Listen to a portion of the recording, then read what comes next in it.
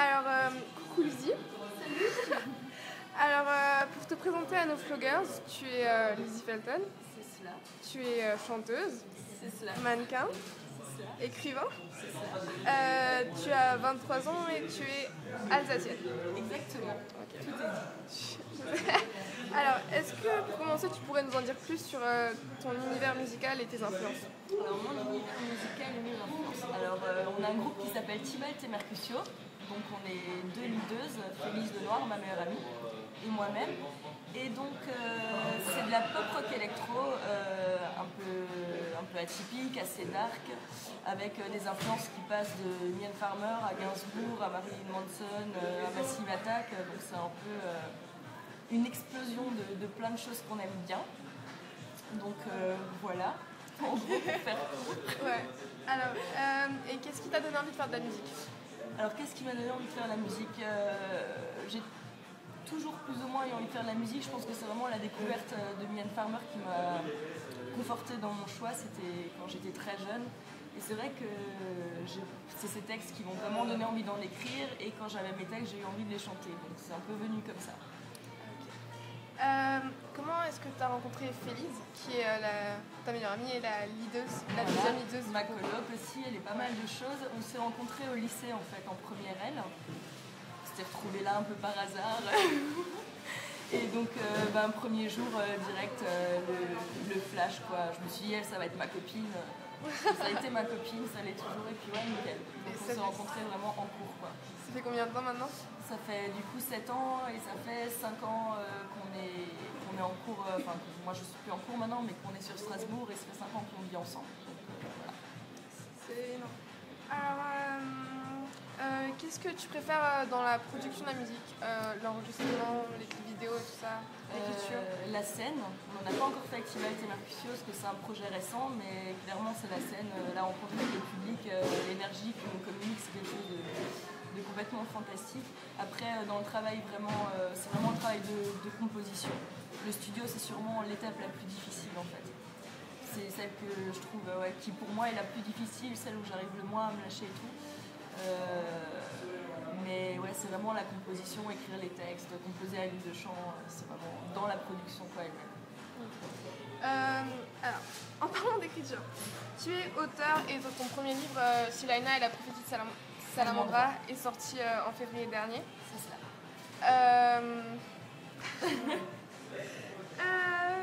Qu'est-ce qui t'a donné envie de faire de l'écriture? Alors, qu'est-ce qui m'a donné envie de faire l'écriture? Alors, j'ai toujours écrit, depuis que je sais écrire, j'ai toujours écrit. Mon premier bouquin, c'était un bouquin de 30 pages qui coûtait 3 galions à l'époque. C'était une monnaie imaginaire aussi, sur un petit dragon. Et puis, du coup, ça a fait germer. J'ai envie de dire, depuis que j'ai 7 ans, j'ai cette idée de Siléna qui germe au fur et à mesure. Après, il y a deux choses qui m'ont confortée à l'écrire. Un, c'est clairement la découverte avec Harry Potter et toute cette littérature fantastique contemporaine qui m'a vraiment autant j'avais un refus, je voulais pas voir Harry Potter au départ, je me suis dit c'est quoi ce truc que tout le monde aime, j'adore aimer les trucs que les gens n'aiment pas, et du coup je me suis fait prendre au jeu et j'ai vraiment adoré. Deuxième chose, c'est je pense un peu ce refus du monde réel, le fait de ne pas être en accord avec la société moderne et d'avoir envie de vivre un peu ailleurs. Donc j'ai vraiment commencé à poser les premières notes quand j'avais 14 ans. Et à 18 ans, je me suis dit, à 18 ans c'est peut-être un peu tard pour avoir des copains imaginaires, donc j'ai fait ma thérapie et j'ai écrit mon bouquin. Voilà. Est-ce que tu pourrais... Alors, vu que tu m'as dit que tu étais influencée par Harry Potter, pourquoi avoir choisi le fantastique? Justement, le fantastique. Par rapport à Harry Potter? Non, mais en suivant le fait que... tu étais influencée par Harry Potter, mais pourquoi le fantastique et pas... Parce que dans le fantastique, tout est possible. Et je suis en train d'écrire un bouquin en parallèle à Siléna. Je suis dans l'écriture du 2e tome actuellement, mais aussi dans un autre projet qui est bien plus réaliste. Et c'est vachement moins marrant. Ouais. C'est vrai que dans le fantastique, tout est possible. En fait, quand on crée un monde, c'est un puits d'inspiration, un puits inépuisable, quoi. On peut puiser à ces cités, donner l'histoire qu'on veut à n'importe quel personnage. Je pourrais en écrire 50 si j'avais envie. C'est comme Harry Potter, elle pourrait en écrire encore 100 derrière. Il y aurait toujours de quoi faire parce que tout est possible, tout est permis dans le fantastique. Il n'y a pas de barrière. Ouais. Est-ce que tu peux tu pourrais donner envie de lire aux vloggers Shilaina, pourquoi tu leur conseillerais Shilaina? Ben, avant tout parce que je pense que je suis une jeune auteure qui peut être en accord avec eux. C'est-à-dire que Silena, c'est un bouquin que j'ai commencé à écrire à 18 ans, c'est un bouquin sans prétention. Et je pense que c'est un bouquin qui peut s'apparenter assez facilement à ce que pensent les jeunes d'aujourd'hui, contrairement à des auteurs où il y a un petit peu des conflits générationnels, des auteurs plus âgés, où peut-être c'est pas exactement le même vocabulaire et tout. C'est vrai que Silena, le premier tome, c'était un travail... j'ai écrit mon bouquin, je l'ai mis 1 an dans un tiroir, je l'ai envoyé à des éditeurs, j'ai eu ma réponse, j'ai signé, j'ai fait aucune réécriture, les corrections d'orthographe et tout ça bien sûr, mais c'est vrai que j'ai fait aucune réécriture et c'est vraiment presque le premier jet comme il est sorti et c'est vraiment ce que j'avais dans la tête à ce moment-là, ça n'a pas été prémédité, ça a vraiment été fait comme ça, c'est assez authentique. J'essaye de plus travailler le deuxième d'ailleurs, mais... Les gens me disent ne travaille pas trop parce que c'est ça qui est intéressant, c'est justement que c'est assez simple à la compréhension. Je pense que ça peut être lu par les enfants, par les ados, par les grands enfants aussi. Et j'ai un lecteur de 91 ans qui adore, donc c'est assez rigolo, mais c'est vrai que ouais, je pense que c'est cette proximité entre moi qui ai 23 ans et ces jeunes auteurs qui ont peut-être envie de lire... Des jeunes auteurs aussi, il n'y en a pas beaucoup qui sont publiés, donc je pense que c'est l'argument principal. Est-ce que tu veux prendre le livre avec toi et nous dire un peu l'histoire de Shilaina? Alors je vais vous lire les résumés. Non, donc sorti à l'arrache. C'est la pochette la plus bizarre du monde. Non, en fait Shilaina, donc c'est un monde parallèle de sorciers. Qui va entrer en guerre. Et donc il y a une femme qui a un statut un peu d'élu là-bas et qui est la seule personne qui régule l'entente entre les sorciers et les terriens, on va dire. Et du coup, elle se doute qu'il y a une guerre qui se prépare, mais comme personne ne veut l'aider et qu'ils ont un peu tous peur de ce qu'elle raconte, ils font taire les rumeurs. Et donc elle va décider de faire un plan dans le dos de tout le monde et de recruter 8 adolescents sans pouvoir, des terriens, pour les faire venir à Silena et leur donner des pouvoirs pour que ce soit eux qui défendent son monde. Voilà, en gros, ça c'est le début. Après, il y a aussi Tom Black qui est très important, il est très beau aussi.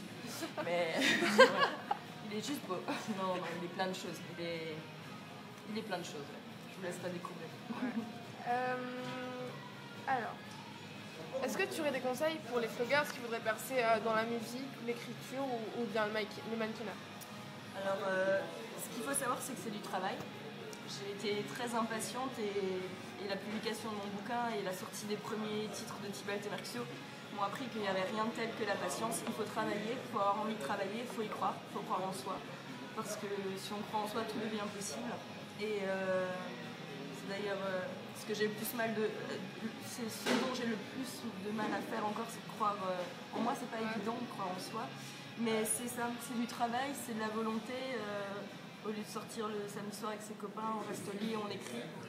Et je pense que c'est vraiment de la persévérance, quoi. On ne peut pas faire quelque chose de parfait tout de suite.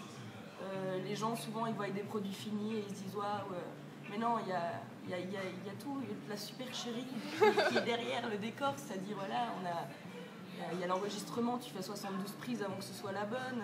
Je dirais tout ça, c'est vraiment... c'est de l'investissement du temps, de l'investissement personnel et aussi de l'investissement on va dire matériel. C'est souvent ce qui est le plus compliqué, donc c'est sûr que quand on commence, on n'a pas de budget.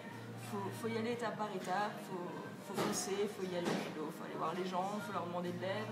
Si on se prend avant, c'est pas grave. Voilà. Je pense que c'est vraiment ça, faut croire en soi, faut y aller à fond. Okay. Aussi, il y a une rubrique beauté dans Floride. Et on voudrait te demander si tu aurais des conseils pour les filles, genre petits conseils beauté comme ça, un peu personnel à toi. Le naturel, j'ai envie de dire ça, c'est vraiment être naturel, être soi-même. Après c'est sûr, on peut montrer sa personnalité à travers des vêtements, mais je pense que c'est vraiment ce naturel-là, être soi-même, c'est ce qui marche le mieux. Je le comprends de plus en plus. Avant, j'essayais de... Mais ça marche pas, les gens le sentent, il faut faut être soi-même. Après, des conseils beauté, je suis pas très...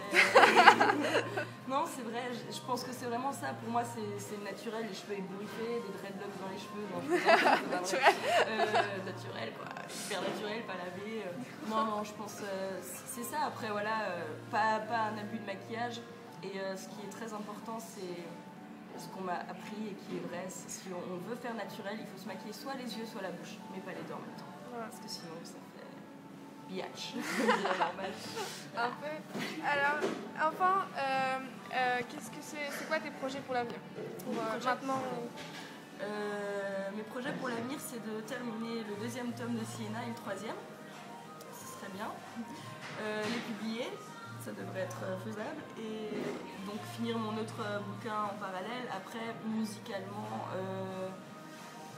c'est la scène. Vraiment, l'objectif, là, on est encore dans la phase de production, composer le maximum de compos pour avoir les meilleurs possibles sur scène. On ne veut pas juste en avoir 7 et venir avec ces 7, on va en avoir 20 et choisir les 7 meilleurs.